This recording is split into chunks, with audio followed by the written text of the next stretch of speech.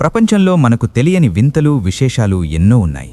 మనం రోజూ ఉపయోగించే చిన్న చిన్న వస్తువుల వెనక కూడా ఎంతో సైన్స్, ఆసక్తికరమైన చరిత్ర దాగి ఉంటుంది.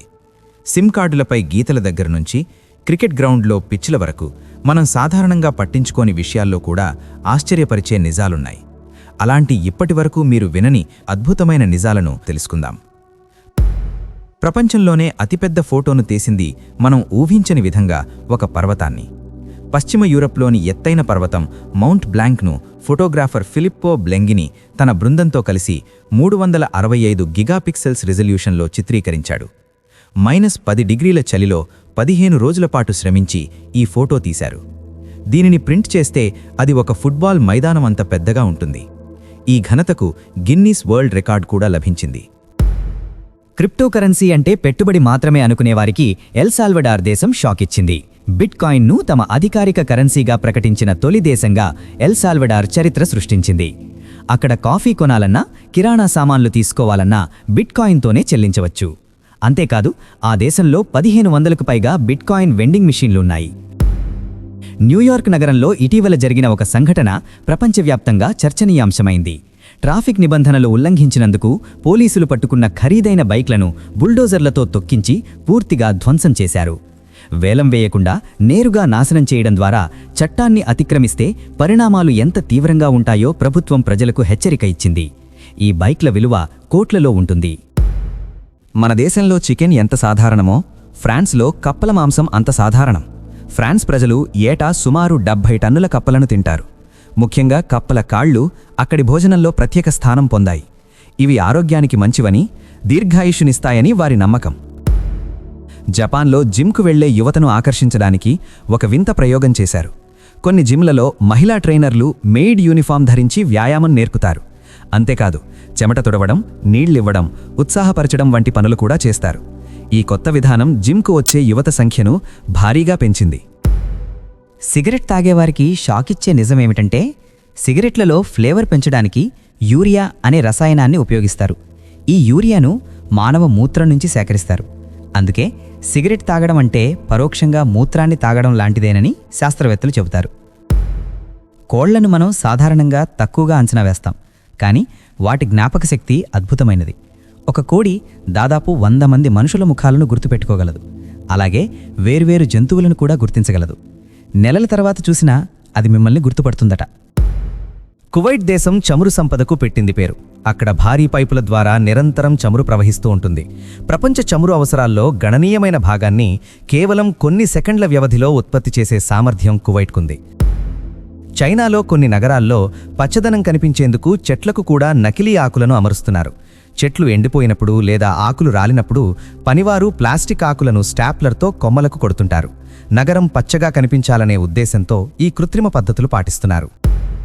మన ఫోన్లో కనిపించే సిగ్నల్ బార్లు ఇంటర్నెట్ స్పీడ్ను చూపుతాయని చాలామంది అనుకుంటారు. కానీ అవి కేవలం మొబైల్ టవర్కు మన దూరాన్ని మాత్రమే సూచిస్తాయి. ఇంటర్నెట్ వేగం అనేది యూజర్ల సంఖ్య, వాతావరణం వంటి అంశాలపై ఆధారపడి ఉంటుంది. సిగ్నల్ తక్కువగా ఉన్నా నెట్ స్పీడ్ ఎక్కువగా ఉండొచ్చు. చండీగఢ్లో ఒక కాఫీ షాప్ కేవలం ₹5 అదనపు ఛార్జీ వసూలు చేయడంతో 22,000 రూపాయల జరిమానా చెల్లించాల్సి వచ్చింది. పేపర్ కప్పు కోసం అదనంగా డబ్బులు తీసుకోవడం వినియోగదారుల హక్కులకు విరుద్ధమని కోర్టు తీర్పు చెప్పింది. శాస్త్రవేత్తలు రూపొందించిన ఒక ప్రత్యేక బ్యాటరీ కేవలం 3 నిమిషాల్లో ఛార్జ్ అవుతుంది. ఒకసారి ఛార్జ్ చేస్తే ఇది 20 ఏళ్ల వరకు పనిచేస్తుంది. ఇది మొబైల్ ఫోన్ల కోసం కాకుండా రిమోట్లు, తక్కువ విద్యుత్ వినియోగించే పరికరాల కోసం ఉపయోగిస్తారు.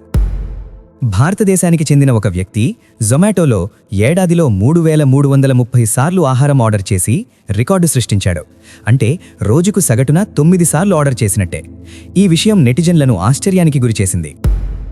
జపాన్ శాస్త్రవేత్తలు ప్రపంచంలోనే అత్యంత వేగవంతమైన ఇంటర్నెట్ను అభివృద్ధి చేశారు. 319 టెరాబైట్స్ స్పీడ్తో డేటా ట్రాన్స్ఫర్ సాధ్యమైంది. ఈ వేగంతో నెట్ఫ్లిక్స్ మొత్తం కంటెంట్ను కొన్ని సెకండ్లలో డౌన్లోడ్ చేయవచ్చు. రోడ్డు పక్కన చెట్ల కాండాలకు తెల్లటి రంగు వేయడం కేవలం అందం కోసం కాదు. సున్నం కలిపిన రంగు వల్ల పురుగులు, చెదలు దూరంగా ఉంటాయి. అలాగే రాత్రివేళ వాహనదారులకు చెట్లు స్పష్టంగా కనిపించేందుకు ఇది సహాయపడుతుంది. క్రికెట్ గ్రౌండ్లో ఒకేసారి అనేక పిచ్చులు ఉండటానికి కారణం వేర్వేరు అవసరాలే. సెంటర్ పిచ్ అంతర్జాతీయ మ్యాచ్లకు, పక్క పిచ్లు స్టేట్ మ్యాచ్లకు, చివరన ఉన్నవి నెట్ ప్రాక్టీస్కు ఉపయోగిస్తారు. సిమ్ కార్డుపై కనిపించే బంగారు గీతలు డిజైన్ కాదు, అవి సిమ్లోని వేరువేరు విభాగాలను వేరు చేస్తాయి. కాంటాక్ట్స్, నెట్వర్క్, సెక్యూరిటీ అన్నీ ఈ భాగాల ద్వారానే పనిచేస్తాయి. ఆ గీతలు లేకపోతే ఫోన్ సిమ్ను రీడ్ చేయలేవు. ప్యారిస్లోని ప్రపంచ ప్రసిద్ధి చెందిన ఈఫిల్ టవర్ వేసవికాలంలో నిజంగానే కొద్దిగా ఎత్తు పెరుగుతుందన్న విషయం చాలామందికి తెలియదు.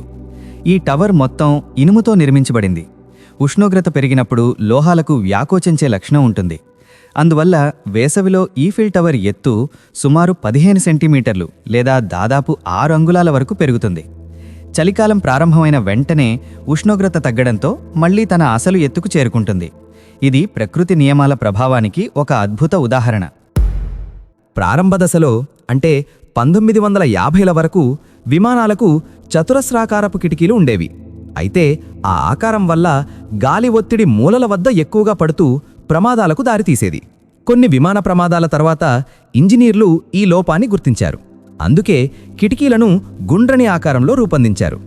గుండ్రని ఆకారం గాలి ఒత్తిడిని సమానంగా పంచుతుంది. దీనివల్ల విమానం అత్యంత ఎత్తులో ప్రయాణిస్తున్నప్పటికీ కిటికీలు పగిలిపోకుండా భద్రంగా ఉంటాయి. ఆస్ట్రేలియాలో ఉన్న లేక్ హిలియర్ అనే సరస్సు ప్రకృతి సృష్టించిన ఒక అద్భుతం. సాధారణ సరస్సుల్లా నీలం రంగులో కాకుండా ఇది పూర్తిగా గులాబీ రంగులో కనిపిస్తుంది. ఈ విచిత్రమైన రంగుకు కారణం దునాలియల్లా సాలినా అనే ప్రత్యేకమైన శైవలాలు. ఆశ్చర్యకరమైన విషయమేమిటంటే ఈ నీటిని గ్లాసులోకి తీసుకున్నా అది గులాబీ రంగులోనే ఉంటుంది. ఈ సరస్సులో ఉప్పు శాతం కూడా చాలా ఎక్కువగా ఉంటుంది. ప్రపంచంలో దాదాపు ప్రతి ఆహారానికి ఒక ఎక్స్పైరీ డేట్ ఉంటుంది. కానీ తేనెకు మాత్రం అలాంటి గడువు ఉండదు. పురావస్తు శాస్త్రవేత్తలు ఈజిప్ట్ పిరమిడ్లలో వేల సంవత్సరాల నాటి తేనె పాత్రలను కనుగొన్నారు. ఆశ్చర్యకరంగా దాదాపు 3000 సంవత్సరాల తర్వాత కూడా ఆ తేనె తినడానికి పూర్తిగా సురక్షితంగా ఉంది. తేనెలో తేమ చాలా తక్కువగా ఉండటం, సహజ ఆమ్లగుణం ఎక్కువగా ఉండటం వల్ల బ్యాక్టీరియా అందులో జీవించలేవు.